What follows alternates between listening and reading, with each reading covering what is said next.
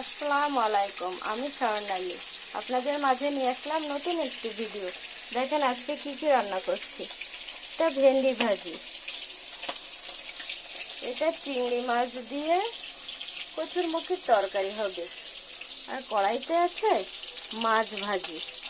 এই মাছ ভাজতেছি আর একটা কথা মনে পড়ছে। আম্মু বলেছে গল্পটা আমাকে।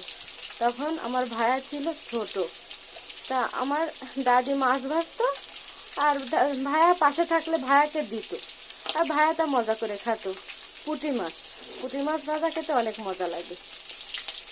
তো একদিন নানু বাড়ি গেছে ভাইয়া, আম্মুর সাথে গেছে নানু বাড়ি। এখন নানু ওই দিন আবার মাছ ভাজতেছে, পুঁটি মাছ ভাজতেছে। তা ভাইয়ার খাইতে ইচ্ছা করতেছে, তা ভাইয়া নানুর কাছে চাইতে পারতেছে না। তখন এবার ভাইয়া বলতেছে কি, আমার দাদি পুঁটি মাছ ভাজতো, আমাকে দিত, খাইতে কি মজা লাগতো, আর আমার নানু ভাইজে ভাইজে উঠায় রাখতেছে। এখন নানু শুনেও তো লজ্জা পেয়ে গেছে। তার নানু বলছে কি, তুই মাছ ভাজি খাবি? তা আমার তোরে চাইলেই হইতো, আমি তোকে দিতাম, এই নে তুই মাছ ভাজি খা।